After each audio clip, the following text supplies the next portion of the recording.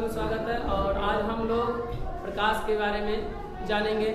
तो पिछले वीडियो में प्रकाश से संबंधित कुछ गुण के बारे में और प्रकाश से संबंधित के बारे में हम लोग जान गए थे। और आज हम लोग क्या सीखेंगे दर्पण के बारे में। इसके पहले वाले वीडियो में परावर्तन हमने सीखा और परावर्तन के नियम सीखे थे। हमने परावर्तन में कहा था कि प्रकाश का किसी तरह से टकराकर उसी माध्यम में वापस लौट जाना प्रकाश का परावर्तन कहलाता है। अब हम लोग परावर्तन के नियम, तो परावर्तन के दो नियम होते हैं। एक नियम पहला कौन सा नियम होता है? आपतित किरण, परावर्तित किरण तथा आपतन बिंदु पे अभिलंब, तीनों एक ही तल में होते। दूसरा नियम था कि आपतन कोण सदैव परावर्तन कोण के बराबर होता है। दूसरा बहुत ही इंपॉर्टेंट बोर्ड की दृष्टि था। अब हम लोग सीखेंगे कि दर्पण यानी मिरर क्या होता है।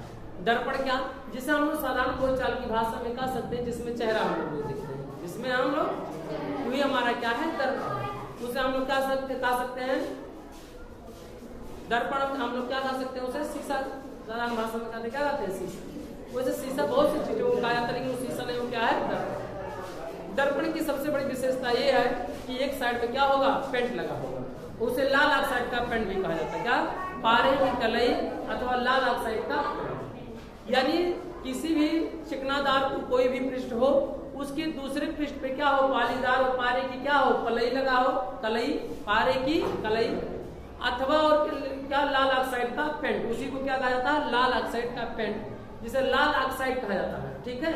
और लेप लगा दिया जाए किसी पृष्ठ से और एक दूसरा पृष्ठ क्या हो? चिकनादार हो, तो उसी पृष्ठ को या उसी को हम लोग क्या कहते हैं? दर्पण कहते हैं। क्या कहते हैं? दर्पण की परिभाषा क्या है? देखिए, वह चिकना एवं पालिशदार पृष्ठ, माने चिकना होना चाहिए और कैसा हो? पालिशदार होना चाहिए, जिस पर पड़ने वाला प्रकाश का अधिकांश भाग किसी निश्चित दिशा में क्या हो? परिवर्तित हो जाता है, तो उसे हम लोग क्या कहते हैं? दर्पण। क्या कहते हैं? दर्पण। यानी दर्पण देखा जाए तो उसमें दो पृष्ठ होते हैं, एक परावर्तक पृष्ठ और एक अपवर्तक पृष्ठ। जिधर पेंट लगा रहता है उसे अपवर्तक पृष्ठ और जिधर पेंट नहीं लगा रहता उसे परावर्तित पृष्ठ, क्योंकि उसी की सतह से प्रकाश का क्या होता है? परावर्तन होता है। हम साधारण बोलचाल की भाषा में कहें तो जो शीशा में हम लोग चेहरा रोज सुबह देख कर आते हैं स्कूल पर बाल झाड़ कर, तो हमारा क्या है? दर्पण है। कौन सा दर्पण है? वो दर्पण तो है, आप देखते हैं पूरा प्लेन है उसका पृष्ठ। तो अगर पृष्ठ प्लेन है तो इसका मतलब क्या हो? समतल है, तो क्या हो जाएगा? वो समतल। जब परावर्तक पृष्ठ समतल हो उसे क्या कहेंगे? समतल दर्पण कहेंगे। और जब उसे गोलीय हो तो उसे क्या कहेंगे? गोलीय दर्पण कहेंगे। तो यानी दर्पण में दो पृष्ठ होते हैं और एक पृष्ठ पर पारे की कलई लगा होता है, जिसे हम लोग क्या कहते हैं? लाल ऑक्साइड का पेंट कहा जाता है। और दूसरा पृष्ठ क्या होता है? अपवर्तक होता है। अब दर्पण में चूंकि दर्पण क्या होता है? बहुत ही पतला होता है। तो मान लिया जाए ऐसे दर्पण आपके सामने रहता है ऐसे, ये दर्पण ऐसे क्या है कि ऊपरी सिरा क्या ऐसे पृष्ठ है ऐसे और नीचे की ओर। अगर चेहरा किधर दिखाई देगा हमें पता नहीं है।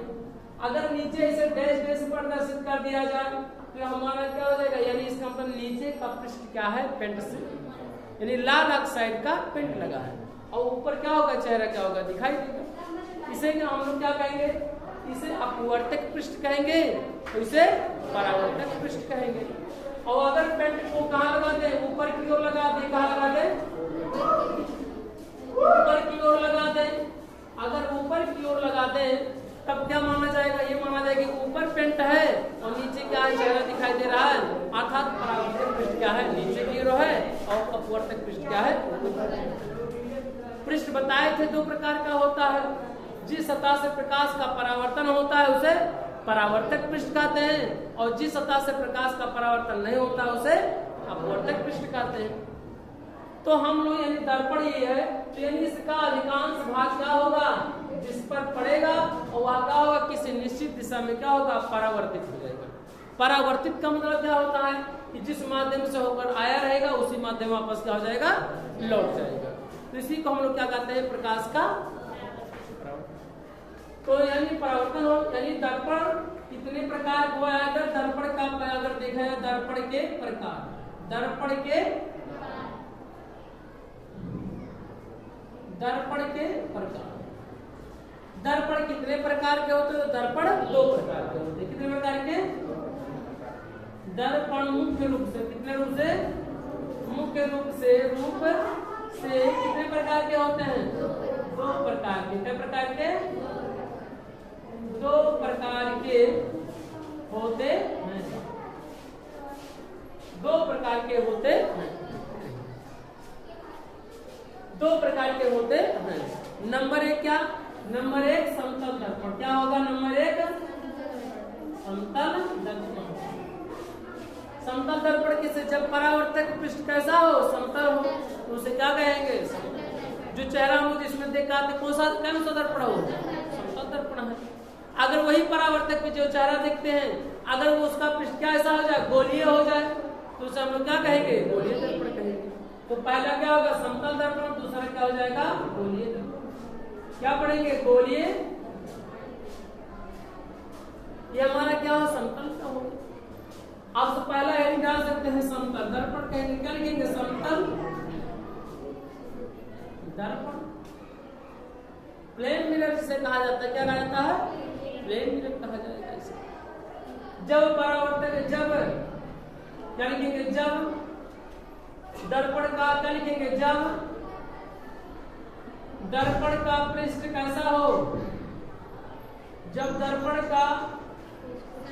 का परावर्तक पृष्ठ, परावर्तक पृष्ठ समतल होता है, समतल होता है, उसे क्या कहेंगे? समतल दर्पण कहते। क्या कहेंगे उसे? समतल दर्पण कहते हैं। जिसे हम लोग कह सकते हैं बोलचाल की भाषा में क्या? कांच जो हमारा है, जिसमें हम लोग सुबह चेहरा देख कर आते हैं, कैसा दर्पण है वो?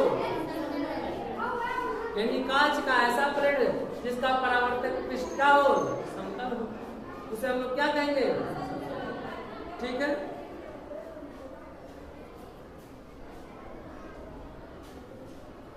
समतल दर्पण के गुण के लिए लिखिए। क्या लिखेंगे? समतल दर्पण के, समतल दर्पण के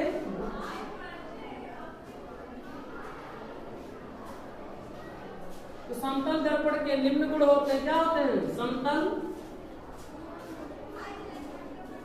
समतल दर्पण के निम्न गुण होते हैं। निम्न गुण होते हैं। नंबर 1 करके जैसे नंबर 1, नंबर 2, नंबर 3, नंबर 4, ऐसे इस तरह से क्या है लिख लें।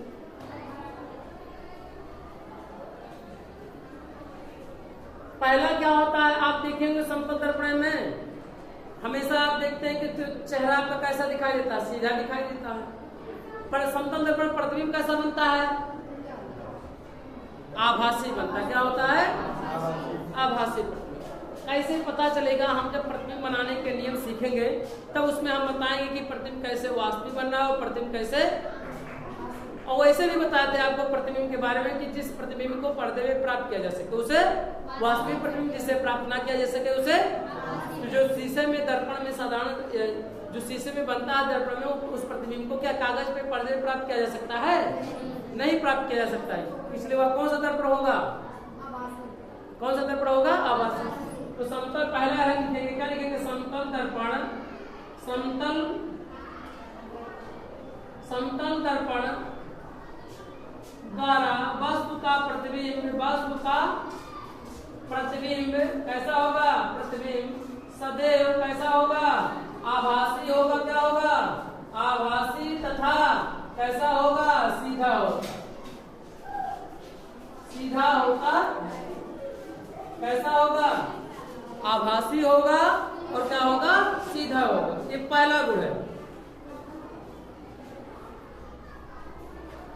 जो प्रतिबिंब का आकार होगा, यानी प्रतिबिंब का आकार वस्तु के आकार का होगा। जितना बड़ा वस्तु होगा उतना बड़ा क्या होगा? यानी प्रतिबिंब का आकार, प्रतिबिंब का आकार वस्तु के बराबर होता है। वस्तु के बराबर होता है। पहली इसकी दूसरी खासियत है, गुण को यानी खासियत उसे शुद्ध शुद्ध शब्दों में मैंने व्यवहारिक भाषा में कहते हैं। क्या खासियत है इस दर्पण की? तो भैया हमेशा उस दर्पण में क्या होगा? प्रतिबिंब सीधा बनेगा। और कैसा बनेगा? प्रतिबिंब आभासी बनेगा। और क्या होगा उसमें? वस्तु के जो प्रतिबिंब बनेगा हमेशा क्या होगा? वस्तु के बराबर होगा। कैसा होगा? वस्तु के बराबर होगा। ये कैसा गुण हो गया? दूसरा गुण हो गया।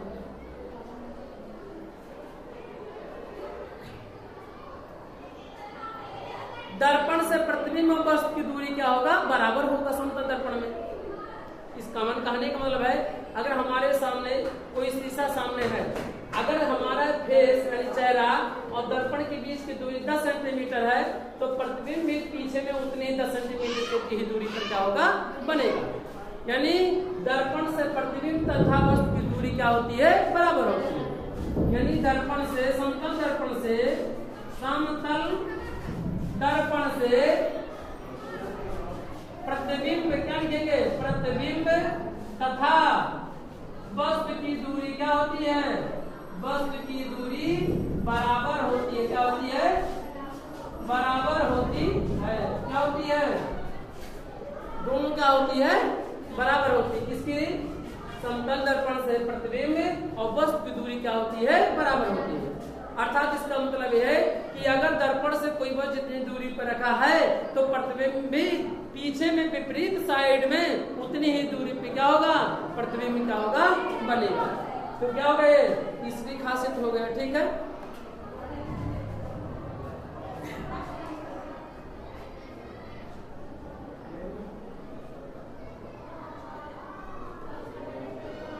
आप इसे हम लोग क्या उदाहरण देखेंगे?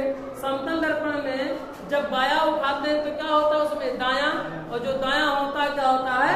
बायां होता है। अभी हम वीडियो बना रहे हैं जो इसमें प्रतिबिंब बन रहा है, सब उल्टा बन रहा है। इसमें दिखाई पड़ने पर एकदम स्पष्ट दिख रहा है कि यहाँ सामने से उल्टा बन रहा है। परंतु जब ये कोई दूसरा अपलोड हो जाता है तब कोई दिखता, तब जो बायां हो जाता है क्या हो जाता है? दायां। जो दायां हो जाता है क्या हो जाता है? बायां। ये किसमें? कैमरे में की खासियत है। ऐसे दर्पण में भी बायां क्या दिखेगा? दायां, और दायां क्या हो जाएगा? बायां। इसे पार्श्व परिवर्तन कहते हैं। क्या कहते हैं? पार्श्व परावर्तन कहते हैं। ठीक है। यानी समतल दर्पण में पार्श्व परावर्तन होता है। क्या होता है? यानी समतल दर्पण से बना प्रतिबिंब पार्श्व परिवर्तित होता है। क्या होता है? क्या लिखेंगे? समतल दर्पण से,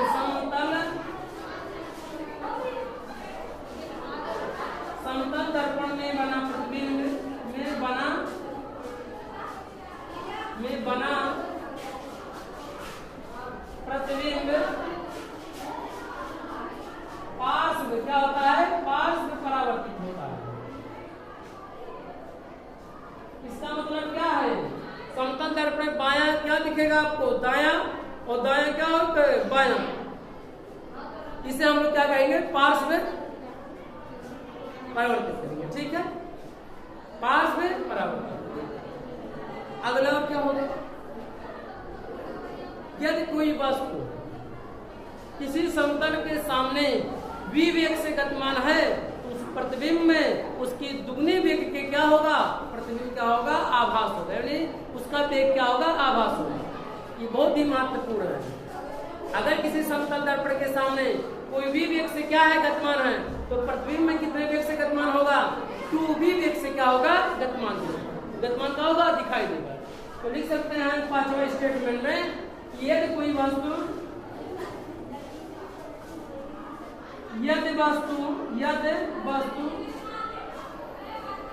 विवेक से क्या है?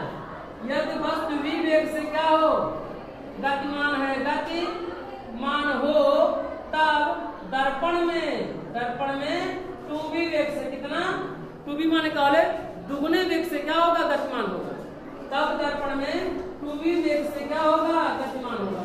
बहुत गतिमान होगा। इसका मतलब दिखाई देगा ऐसा होगा।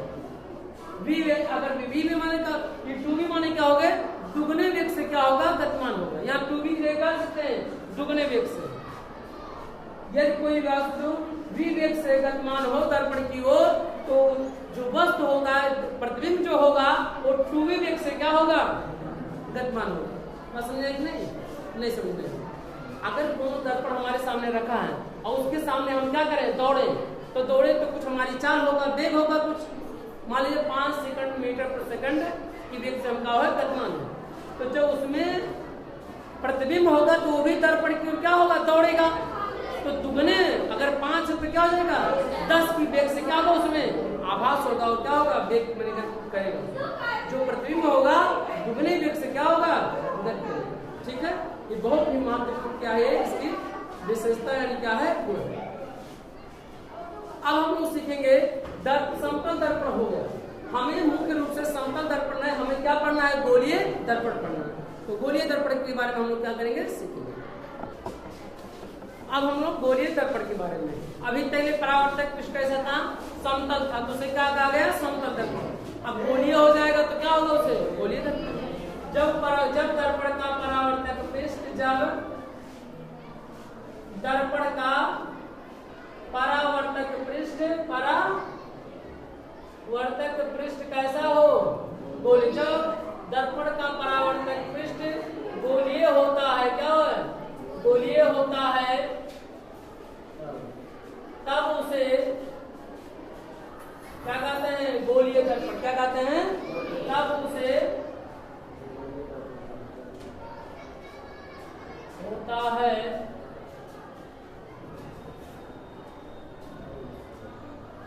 तो उसे गोलीय दर्पण कहते हैं। क्या कहते हैं, गोलीय दर्पण कहते हैं।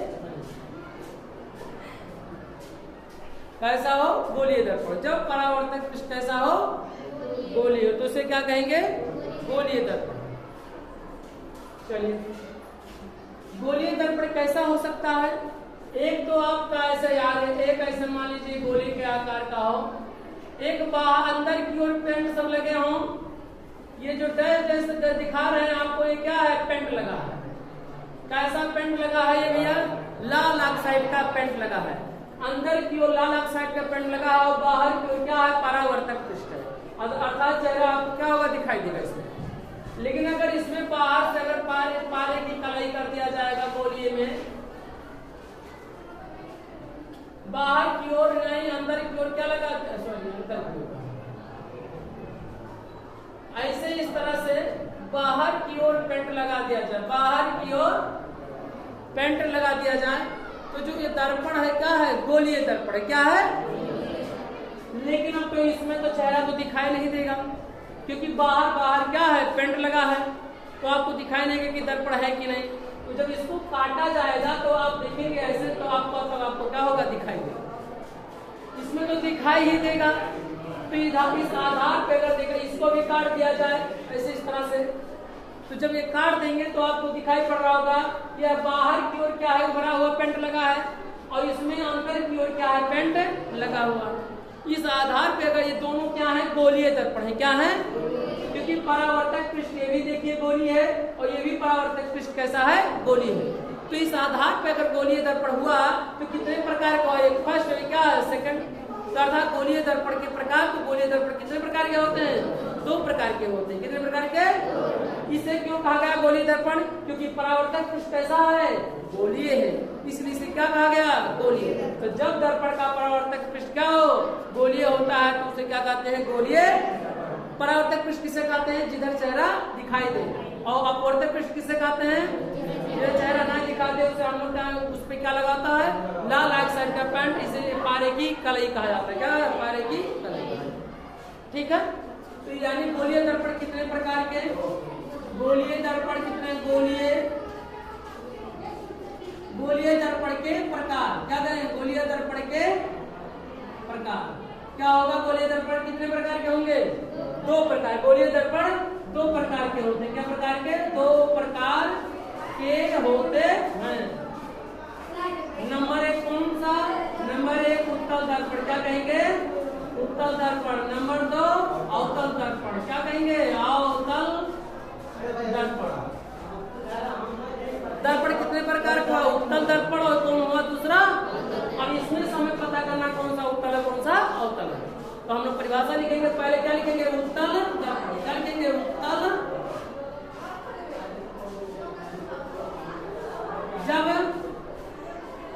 जब गोलीय दर्पण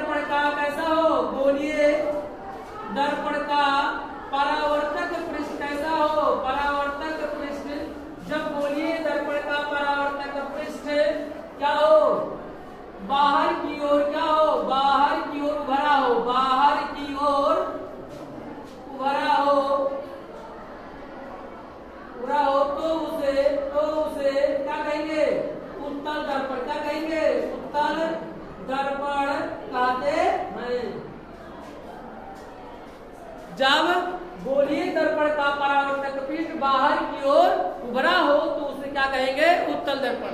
इन दोनों में बाहर की ओर कौन उभरा हुआ बताओ? आप देख सकते हैं बाहर की ओर क्या है, यही क्या है, उभरा हुआ है। तो ये जो दर्पण है कौन सा दर्पण का है? उत्तल दर्पण है। क्या है? दूसरा कौन सा होगा बताओ? अवतल दर्पण। तो चित्र हम बना सकते हैं ऐसे, इस तरह से। कौन सा? ऐसे इस तरह से आप देख सकते हैं कौन सा दर्पण है ये। आप देख सकते हैं बाहर की ओर क्या है, उभरा हुआ। इसे हम चेंज करके इधर भी ले सकते हैं, कोई इससे दिक्कत नहीं है। ठीक है, आप पेंट को इधर से कर देंगे तो देखिए बाहर की ओर उभरा हुआ कि नहीं, यानी केंद्र से, यानी बाहर की ओर, केंद्र के सापेक्ष बाहर की ओर क्या है, उभरा हुआ। तो कौन सा दर्पण है बाबू बताओ? उत्तल दर्पण। कौन सा दर्पण है? उत्तल दर्पण है। कौन सा दर्पण है ये? और क्या करेंगे? अवतल दर्पण। क्या करेंगे? अवतल दर्पण। क्या करेंगे? जब बोलिए दर्पण कैसा हो?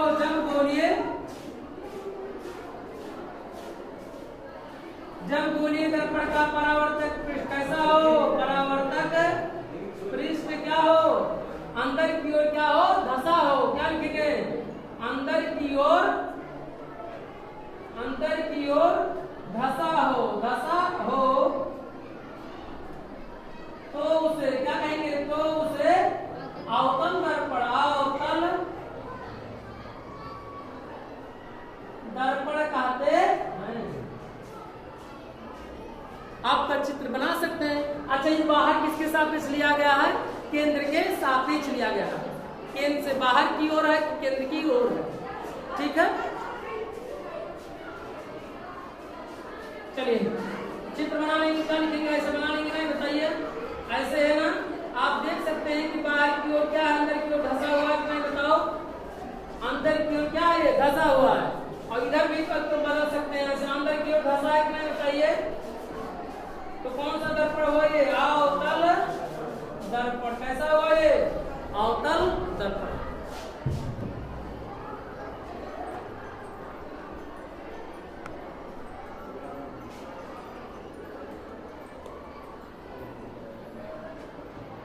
तो ये दर्पण का कौन सा प्रकार है? ये गोलीय दर्पण। जो भी हम लोगों को मुख्य रूप से पढ़ना है, उत्तल दर्पण और अवतल दर्पण और उत्तल दर्पण के बारे में पढ़ना है। उत्तल दर्पण में आप देख सकते हैं केंद्र से क्या है, दूर की ओर क्या उभरा हुआ कि नहीं है, तो इसे क्या कहेंगे? उत्तल दर्पण। और ये देखिए अंदर की ओर क्या है? धसा हुआ है, तो इसे हम लोग क्या कहेंगे? अवतल दर्पण कहेंगे। अब हम लोग क्या करेंगे? दर्पण से संबंधित कुछ हम लोग क्या करेंगे? महत्वपूर्ण परिभाषाओं को हम लोग क्या करेंगे? सीखेंगे। तो हम नेक्स्ट वीडियो में सीखेंगे, और हमें उम्मीद है कि आप बेहतर से इस चैप्टर को सीखे होंगे। जय हिंद, जय भारत।